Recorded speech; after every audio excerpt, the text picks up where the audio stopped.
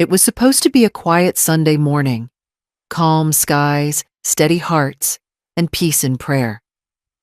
I dressed slowly, my black shawl folded neatly around my shoulders, ready to light a candle for my husband's soul.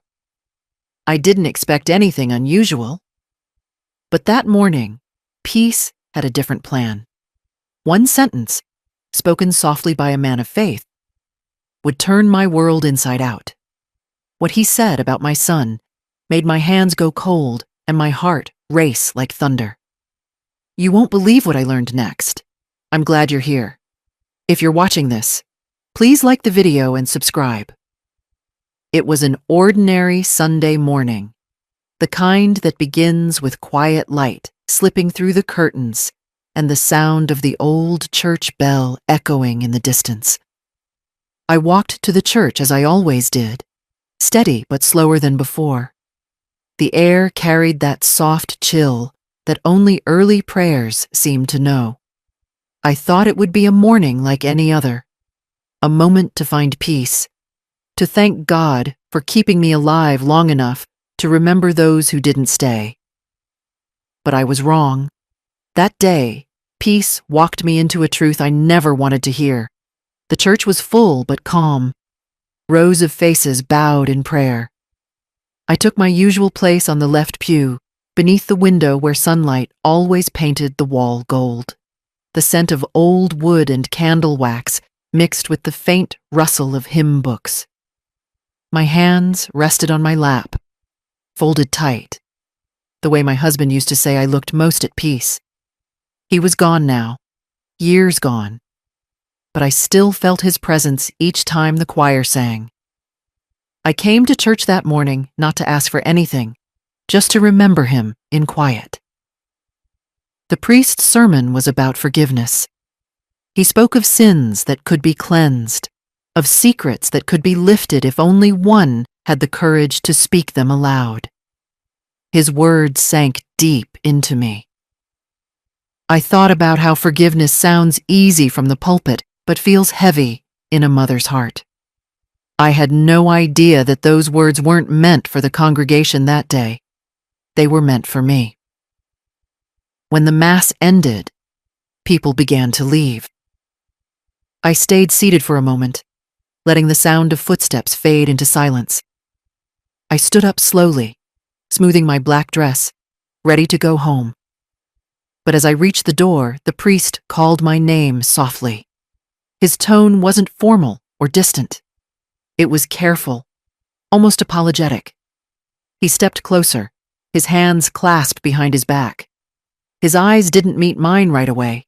He said, "Your son confessed something yesterday." For a second, I thought I misheard him. My heart stopped, not from fear of what he'd done, but from the sound of that word, confessed. It didn't belong to my son, not the boy who once lit candles beside me and helped carry the cross during Easter processions. The priest's voice was low, and his expression gave nothing away. He didn't say more.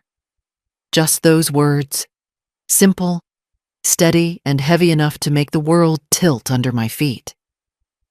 I tried to breathe, but something about his stillness made it worse.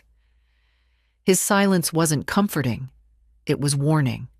My eyes searched his for clues, but he only said, "Some truths are better faced before they spread."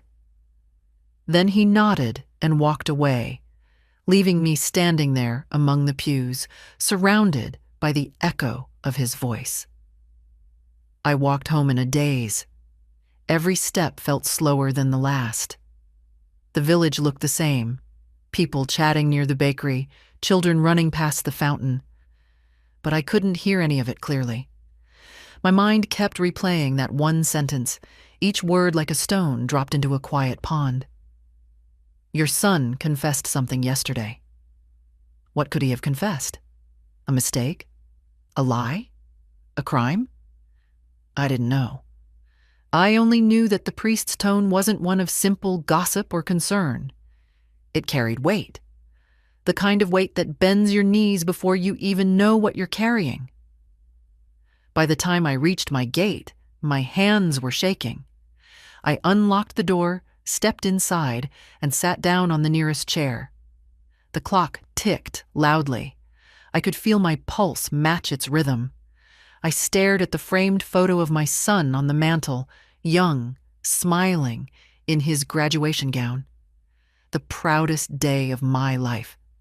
My heart whispered, "What have you done?" But my mouth stayed closed. That night, I couldn't sleep. The words kept circling in my head, haunting me like a riddle I couldn't solve. I thought about the priest's eyes, how he couldn't look directly at me.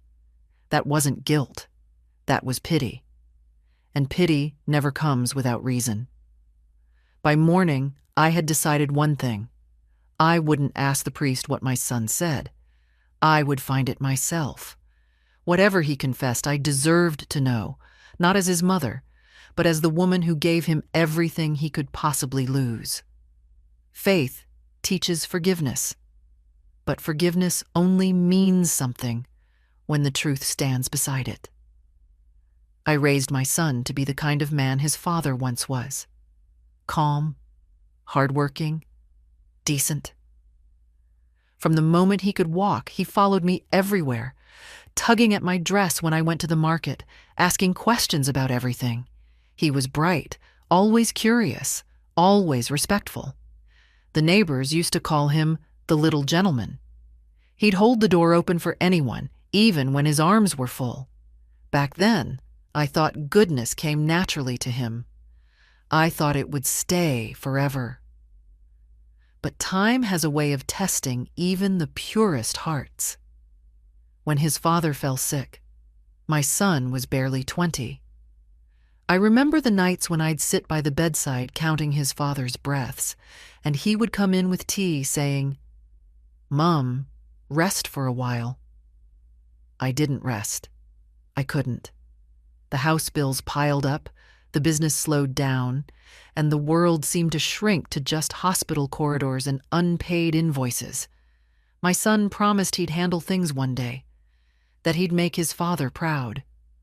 And I believed him, the same way a mother always believes when she has no other choice. After the funeral, he became the man of the house. People praised him for stepping up, for being dependable. He handled the paperwork, managed the small shop his father had left behind, and made sure every payment went through. I let him. I thought I was giving him trust, not responsibility. He'd smile when I thanked him, always saying there was no need. For years, that smile made me believe everything was fine. I didn't notice how that same smile started hiding things from me. He began to change slowly, first in small ways. He stayed out late, said he had business dinners or meetings with suppliers. He dressed sharper, carried a phone that cost more than I earned in a month. I thought it was success. I thought my boy was finally living the life his father wanted for him. When people whispered that he was gambling or lending money, I defended him fiercely. "Not my son," I said. "He knows better." I said it enough times to convince myself. When I went to church, I always thanked God for him. Even when he started missing Sunday Mass, I made excuses for him. "He's tired," I'd tell the priest. "He works too hard." Deep down, I missed the boy who used to light candles beside me and hold my hand during prayer. That little boy was gone, replaced by a man who talked fast, smiled less, and spent more. But I told myself it was part of growing up, that I had to step back and let him live his life. Then came the day I gave him control of our accounts. It wasn't official at first, just practical. I was getting older, and the numbers in the bank forms blurred before my eyes. He said he'd take care of it. I trusted him because that's what mothers do. We mistake love for safety. We think our children will protect what we built. I didn't see it as surrender, but that's what it was. The day I handed him those papers was the day I unknowingly gave away my peace. Looking back now, I can trace every sign. The sudden generosity with others, but coldness at home. The way he'd change the subject whenever I asked about money. The hidden calls, the quiet arguments behind closed doors. But at the time, I told myself it was stress. Everyone said managing a business was hard. Everyone said young people had to live differently. I believed them all because believing anything else would have broken me. That's why, when the priest said, "Your son confessed something," my heart cracked in silence. I didn't need to hear the details to understand that confession meant guilt. It meant the same boy who once stood beside me during prayers had done something that required forgiveness. And forgiveness only comes after sin. I went home that day, replaying every memory, searching for moments I might have missed. A glance, a hesitation, a word left unfinished. I realized how blind love can make you. I'd trusted him with my home, my future, my husband's memory. Now it felt like I'd handed all of it to someone I no longer recognized. The truth wasn't in what he confessed to the priest. The truth was in how I'd ignored everything leading to it. Still, I couldn't bring myself to hate him. That's the hardest part of being a mother.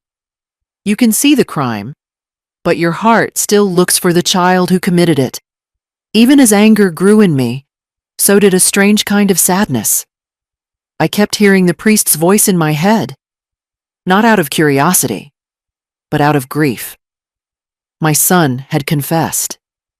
He had carried guilt so heavy, he took it to God instead of me. And I wondered, what kind of mother had I been that he feared my judgment more than divine punishment? I went to bed that night with one promise. Whatever he confessed, I would uncover it myself. I had raised him with honesty, and honesty was how I'd face him again. Not as a broken mother, but as the woman who taught him right from wrong. I went back to church the next morning. The pews were empty, the candles still burning low from yesterday's service. I didn't come to pray. I came to understand. The priest stood near the altar, folding papers, unaware I'd entered. For a moment I thought of turning back, but I couldn't. My son's name had already turned my peace into questions. When he saw me, his smile flickered, polite, distant, guarded. That's when I knew. Whatever my son confessed wasn't something the church could fix easily.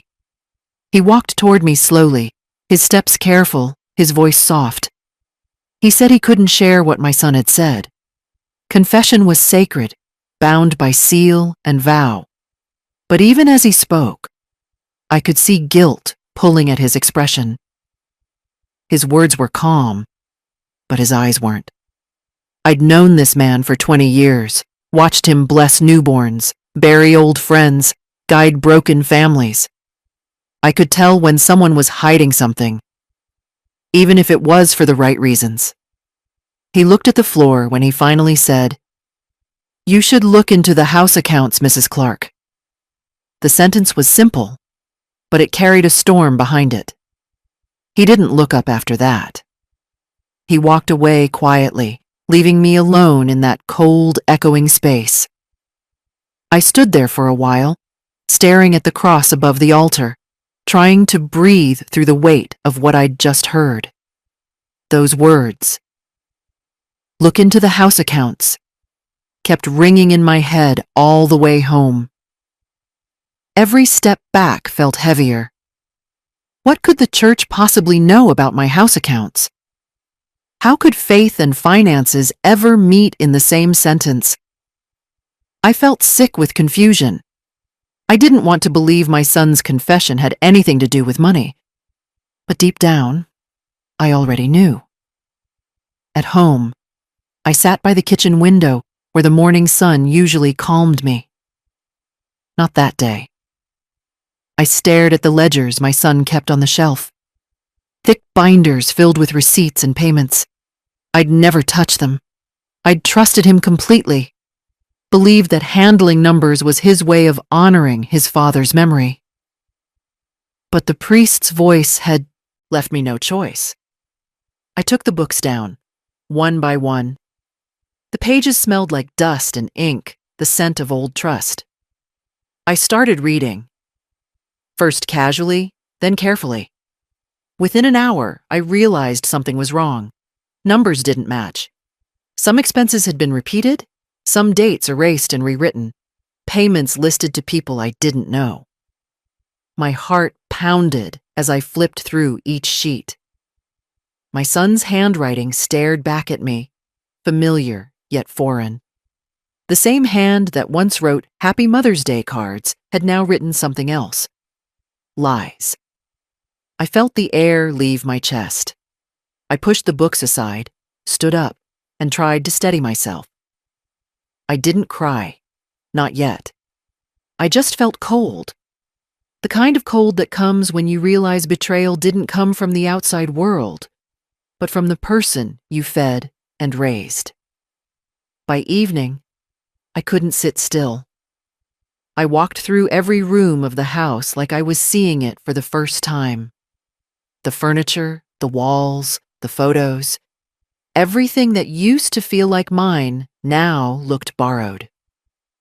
I thought about how my son had convinced me to let him streamline our accounts, saying online banking would make things easier. I thought about the new car parked in his driveway, the holidays he took, the expensive suit he wore to church. I wanted to believe it was all a misunderstanding. I wanted to believe the priest had simply warned me out of care, not concern. But the missing money told me otherwise. He had confessed, and it wasn't just a sin of guilt, it was a sin of greed. That night, I sat by my husband's photo and whispered the only question that mattered. How long had it been happening? There was no answer, just silence. The kind that fills a room when truth begins to surface. I tried to pray, but my words felt hollow. Faith had always been my anchor, but now it felt like part of what had betrayed me. I realized that forgiveness wasn't what I needed. I needed clarity. The next morning I would visit the bank. I would check every account, every signature, every withdrawal. I didn't care what rules of confession stood in my way. Whatever my son had said to the priest, I was going to uncover it myself. Not through faith, but through fact. When I blew out the candle before bed, I whispered the same words that had started everything. Faith teaches forgiveness, but not without truth. And now the truth was all I wanted. That night, I didn't sleep. Every sound in the house felt different, heavier, distant, wrong. I sat by the kitchen window long after midnight, staring at the dark street, my mind circling the same thought again and again. What did the priest mean? I told myself maybe it was nothing. Maybe my son had simply confessed losing faith or making poor choices. But faith doesn't require someone to check house accounts. That part gnawed at me like a nail under the skin.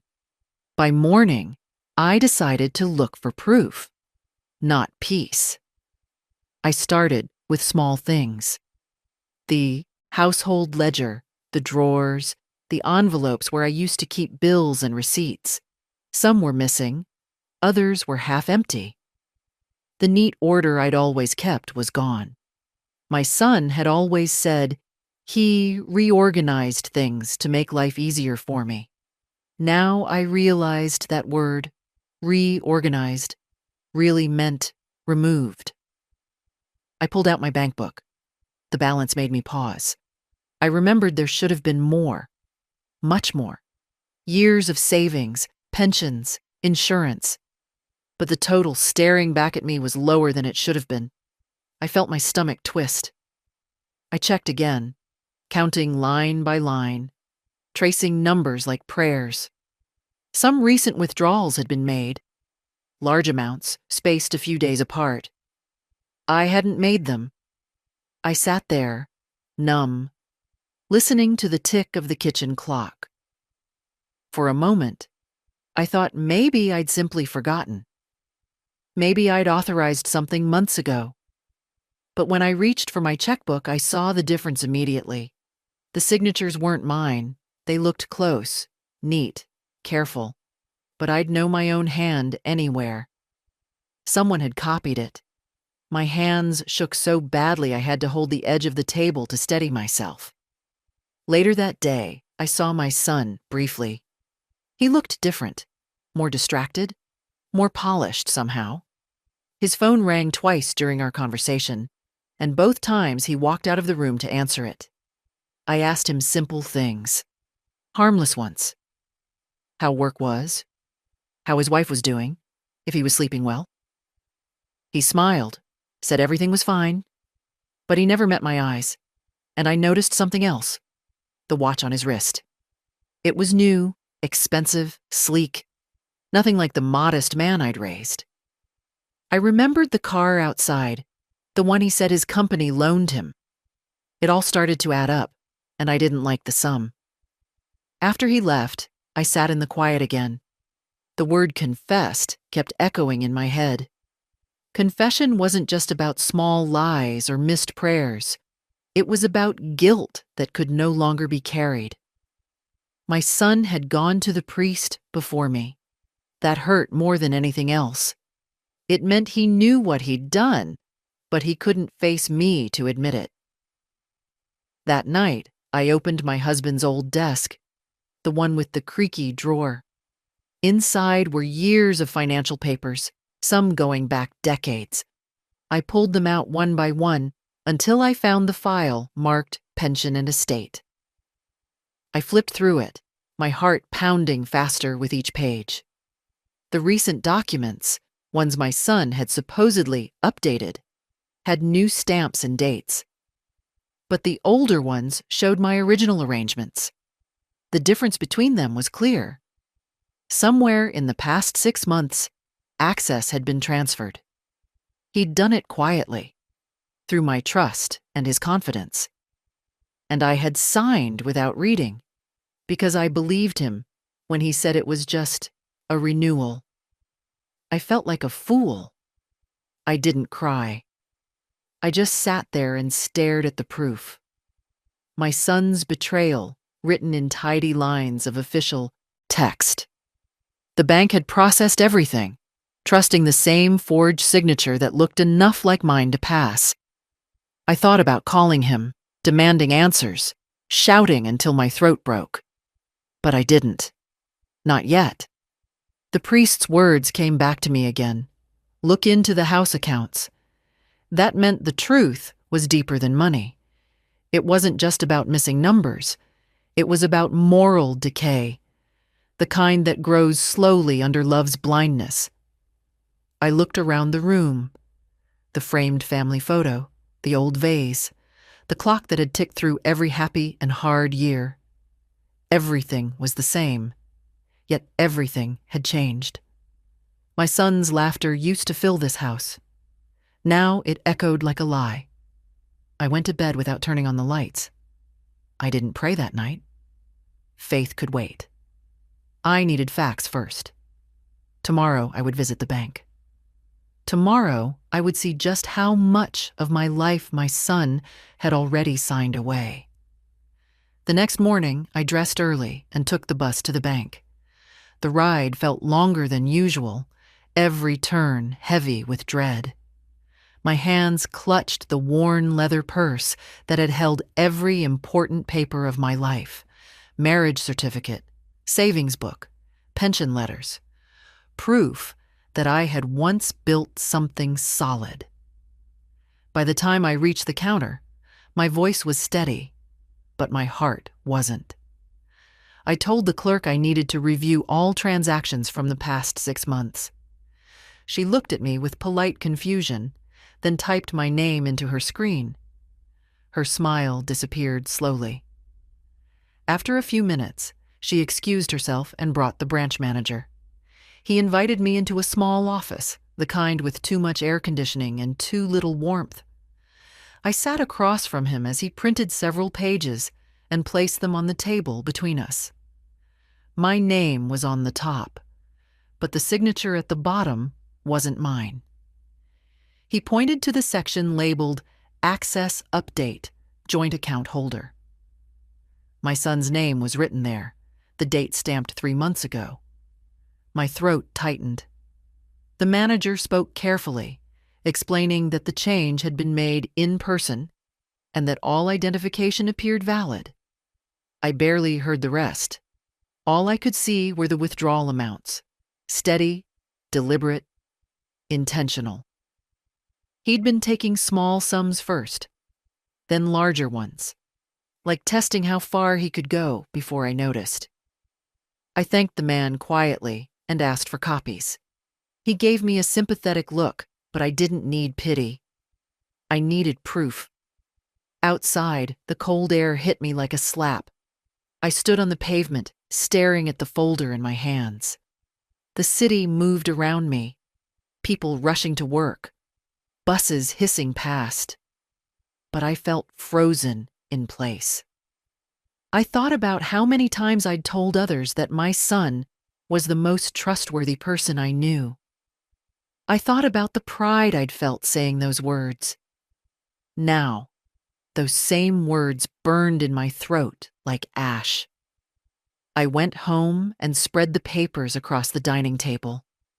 Every figure, every stamp, every signature stared back like pieces of a puzzle I'd been too blind to solve. There were payments to credit agencies, transfers to unknown accounts, even luxury purchases under my name. The last line on one page showed a large withdrawal from my pension. Nearly everything I'd saved. That was the moment it hit me fully. This wasn't a mistake. It was theft. But something still didn't add up. The timeline didn't make sense. The priest had said my son confessed yesterday, yet the records went back months. That meant this wasn't a recent act of guilt. It was a secret finally too heavy for him to carry. I realized he had known I would discover it soon. Maybe that's why he went to confession. Not to repent, but to prepare. I turned the last page, and there it was. A form I didn't recognize. It was a request for account closure, pending final verification. The bank was scheduled to release the remaining funds to a secondary account holder, my son, within 7 days. 7 days, and I would have lost everything. I sat back in the chair, staring at the ceiling.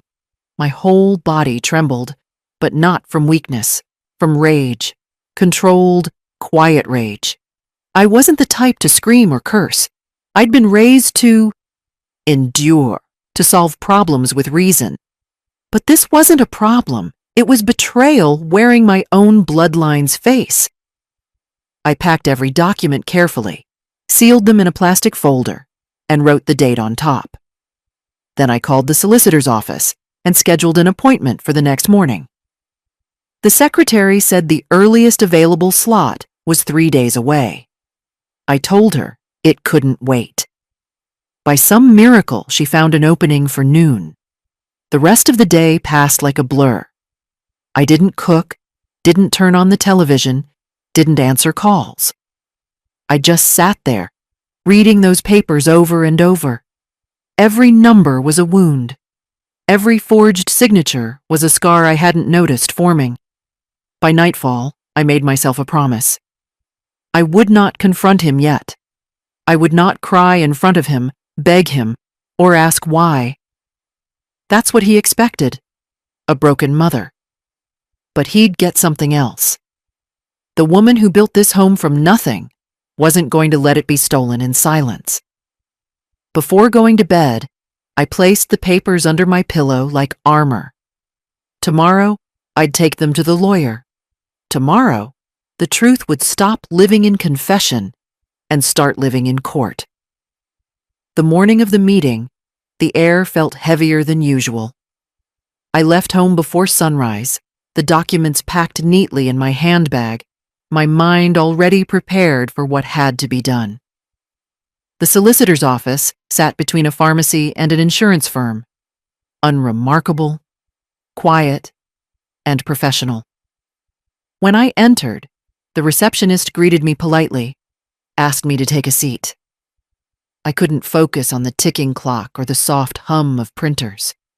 All I could see were the numbers burned into my memory, the withdrawals, the forged signatures, the lies written by my son's hand.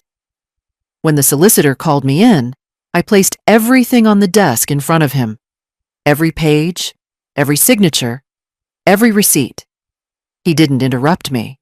He simply flipped through the papers slowly, his brow tightening with each page. When he finished, he leaned back and said it plainly. "This is financial fraud." My son's name was on every form. My name was on every line he had stolen. I felt the words sink deep into me. I had known it, but hearing it said out loud made it final. We spent hours going through every detail. He took copies, marked dates, made notes about legal filings and the procedures to freeze all active accounts linked to my name. I signed documents without hesitation. There was no doubt left in me now, only direction. He assured me it could be handled discreetly, that the evidence was strong enough to stop further loss immediately. When he asked if I wanted to file criminal charges, I said yes without flinching. I wasn't protecting my son anymore. He'd already stopped being one the moment he forged my name. When I returned home, the house was empty. The silence was sharp. I sat in the kitchen and waited for him. The kettle boiled, but I never made the tea.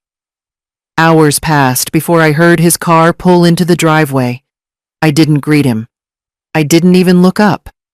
He walked in casually, whistling, as if nothing had happened, as if my life hadn't been carved apart behind my back. He dropped his keys on the counter and started talking about his day. I watched his reflection in the window, calm, smiling, the same face I'd raised with love. I could almost believe it wasn't real.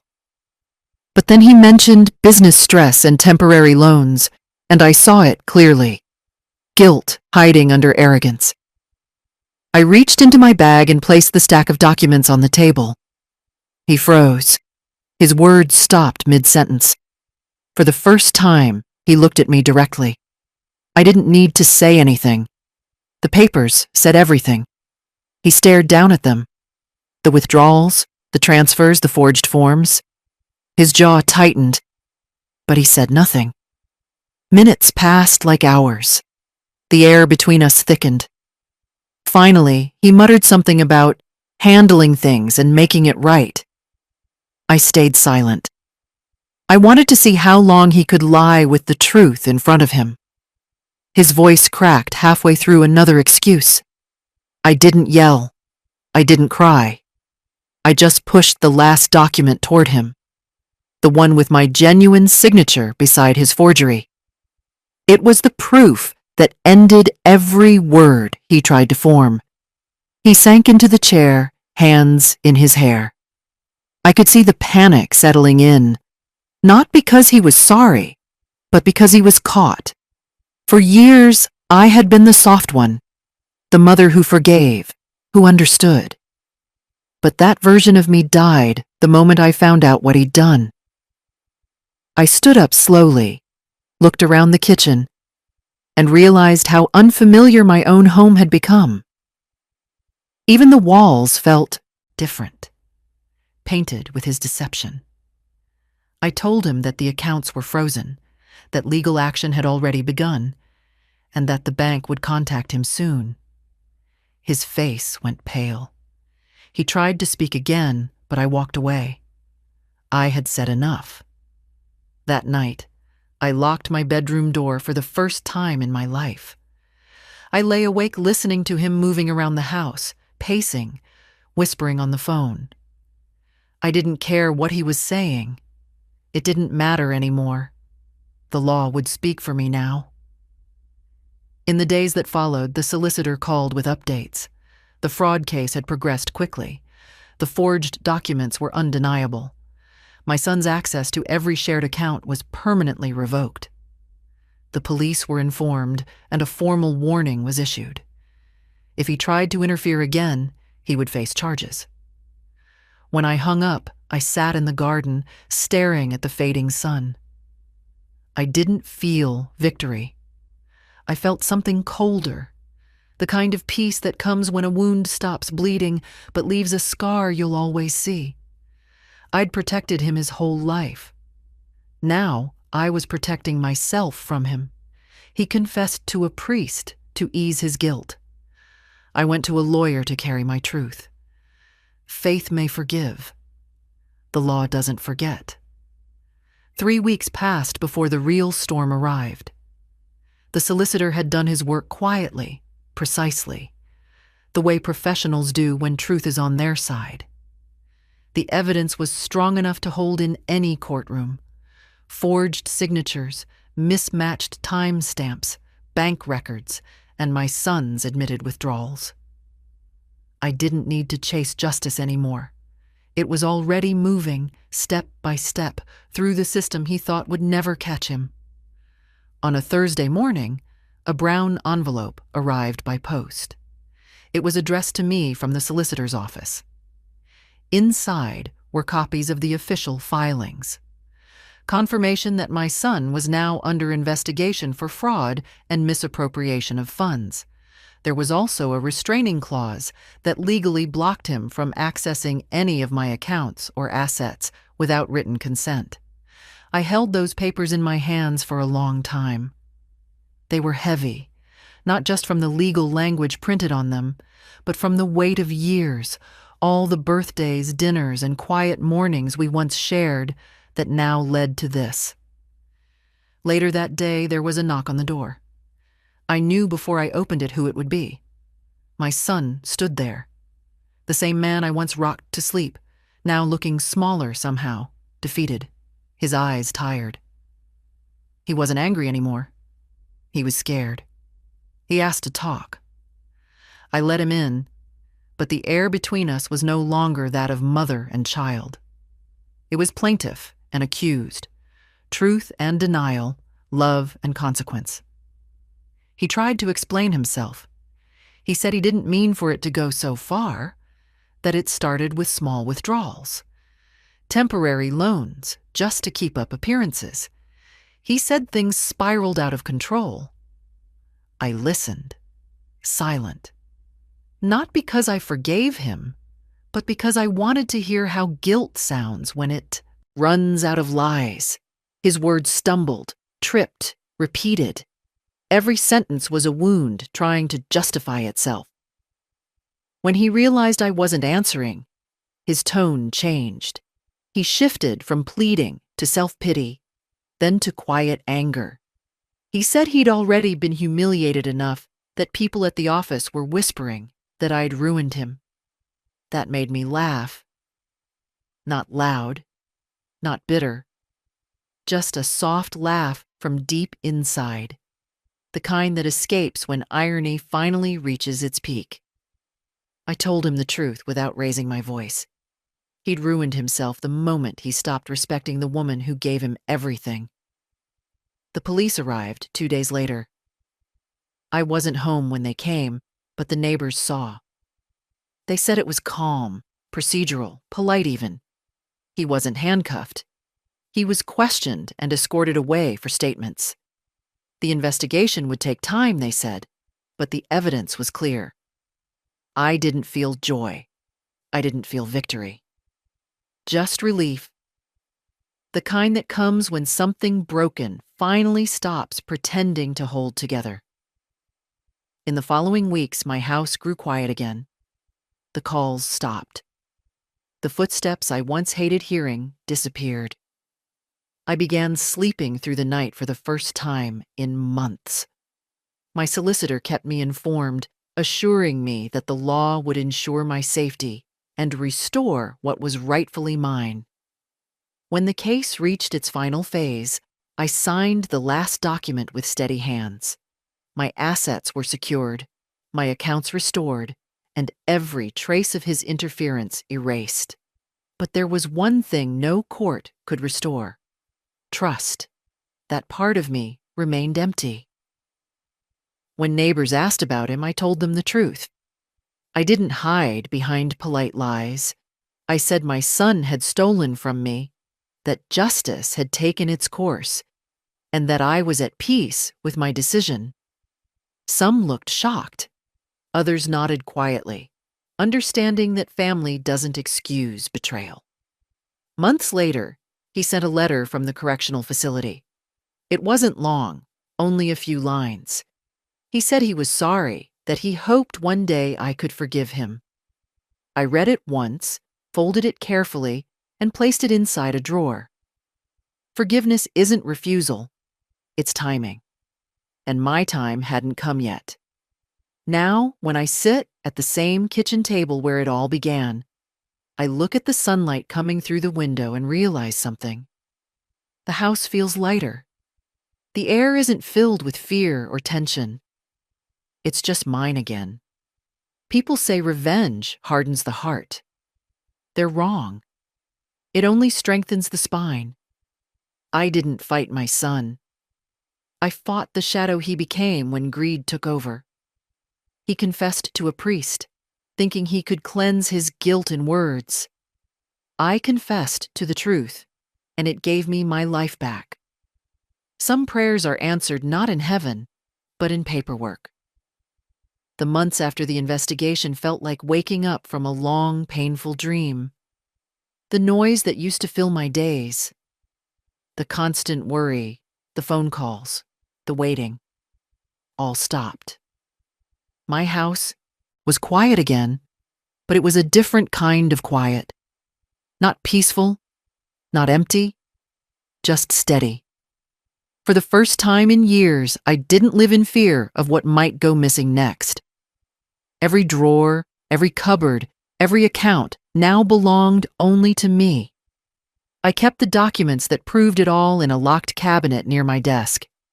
My new kind of family album, full of signatures, seals, and finality. The police called once more to confirm the closure of the case. My son had accepted a plea deal, community service, financial restitution, and mandatory counseling. It wasn't jail, but it was punishment enough for me. Watching him face the truth was harder than any sentence they could have given him. I never wanted to destroy him. I only wanted him to understand what he'd done. The law had made that clear without cruelty. I didn't attend the final hearing. My solicitor handled it. I had already heard everything I needed to hear the day he sat across from me in silence, unable to lie anymore. I went through the house that week, room by room, cleaning and rearranging. It felt like reclaiming pieces of myself. The study, once locked against me, became my reading space again. The dining table, where we'd shared so many family meals, became a place for letters and paperwork. I replaced the family photos on the wall, not to erase him, but to remind myself that family is not made of forgiveness alone. Some photos I kept, others I put away. The ones where we smiled felt too false now. I preferred the quiet ones, the small moments before I knew what betrayal looked like. Neighbors sometimes stopped by to ask if I'd heard from him. I'd smile politely and say yes, he was doing better. It wasn't a lie. He had started sending small payments each month as part of the restitution and occasional notes. Nothing emotional, just updates about his progress. I didn't reply. It wasn't time for that yet. Forgiveness doesn't arrive with the post. It arrives with understanding, and we weren't there. Still, I was proud of him for facing the consequences instead of hiding behind excuses. Perhaps his confessions to the priest had led him there after all. There were moments of loneliness, of course. Nights when I missed the sound of his laughter, before everything went wrong. I missed being mum without the taste of disappointment attached to the word, but those moments passed, replaced by something stronger: pride in myself. I'd faced betrayal and chosen strength instead of pity. That, I realized, was its own form of survival. The woman who once depended on others now depended only on her own will. My life settled into a quiet routine again. Mornings with tea by the window, afternoons tending to the garden. I reconnected with old friends from the church, though I never told them everything. Some stories are too heavy for sympathy. The priest saw me once after service, gave a gentle nod. The kind that says he knew how much truth had been revealed since that first confession. I nodded back. We didn't need words. In time, peace came, not sudden, but gradual, like a slow sunrise after a long storm. I learned to live without expecting apologies. I learned that love, when broken, doesn't disappear. It just changes form. It becomes caution, awareness, resilience. Every scar carries memory, and every memory carries meaning. One afternoon, months later, I found myself walking past the old family bank. The clerk who'd first shown me the papers saw me and smiled. He said he'd heard how it all ended, that I'd won. I didn't correct him. It wasn't about winning. It was about restoring order. I nodded, thanked him, and walked away, feeling lighter than I had in years. Now, when I sit by the window and see the sun fall over the garden, I think about how easily trust can be stolen and how powerfully it can be reclaimed. I never sought revenge. I sought truth. The difference is quiet, but lasting. Revenge burns fast. Truth keeps its flame steady. He took money. I took back my dignity. And between the two, only one was ever worth keeping. It took nearly a year for everything to finally settle. The noise of lawyers, the letters, the hearings, the statements, all of it slowly faded until only silence remained. Not the empty silence that used to frighten me, but a clean one, like the calm after a thunderstorm. I had survived the worst kind of heartbreak, the one that doesn't come from death, but from betrayal by someone who still lives. That kind of pain doesn't bury you. It reshapes you. I was no longer just a mother. I was a woman who had learned that love without boundaries becomes weakness. My house became my sanctuary again. Every corner had its own memory, some painful, some peaceful, but none of them haunted me anymore. The study, once sealed by my son's deceit, was now the place where I kept the records of everything I had fought for. Not out of spite, but as a reminder that silence and endurance can be powerful weapons. I'd often sit there in the afternoons, reading the old letters from my husband, the one man who never betrayed my trust. His words gave me strength during the days when I thought I couldn't keep going. He used to write, "Truth is the only thing worth losing sleep for." Now I finally understood what he meant. Neighbors sometimes whispered that I was cold for taking legal action against my own son. They didn't understand that justice isn't cruelty, it's closure. If I had stayed quiet, he would have learned nothing. The law wasn't my revenge. It was my final form of motherhood. Protecting him from consequence would have been the real betrayal. Every mother must decide which kind of pain she can live with. The pain of losing a son, or the pain of losing herself. I chose myself. I still go to church every Sunday. The priest greets me with the same gentle nod. He never asks about my son anymore, and I never bring it up. Faith doesn't need details. It just needs presence. Sometimes I see other mothers lighting candles for their children, praying for protection or forgiveness. I light one, too. Not for him, but for myself. For surviving what most mothers fear. For standing up when I was meant to kneel. For keeping my dignity when everything else was taken from me. One evening, as I was closing the curtains, I noticed a small envelope on my doorstep. No return address, no handwriting on the front, just my name. I brought it inside, opened it carefully, and found a short note. It was from him. The handwriting was shaky, smaller than I remembered. He wrote that he was rebuilding his life, working, staying clean, and that he hoped I was well. There was no mention of forgiveness or guilt, just a quiet acknowledgement that time had passed. For the first time in a long while, I didn't feel anger or pity. I felt something like peace. People change when pain teaches them what comfort never could. I didn't reply. I didn't need to. Sometimes silence is the kindest answer. I placed the letter in my drawer beside the one from the solicitor that confirmed the case's closure. Two sides of the same story, one written in law, one in repentance. Both proof that truth, once exposed, always finds its balance. Now, every morning, I sit by the window with my cup of tea and watch the light crawl across the garden. The same garden my husband planted, the same one my son once ran through barefoot as a boy. Life circles back in strange ways. I no longer dwell on the betrayal or the loss. Instead, I think about how easily trust can turn into a weapon and how strength doesn't come from vengeance, but from clarity. People say forgiveness is freedom. I disagree. Forgiveness is understanding, knowing why someone did what they did, and choosing not to let it destroy you. I haven't forgotten what my son did. I've just stopped carrying it. The truth exposed him, but it freed me. That's enough. When I look into the mirror now, I see a woman who's not broken, but rebuilt. A mother who lost, fought, and survived.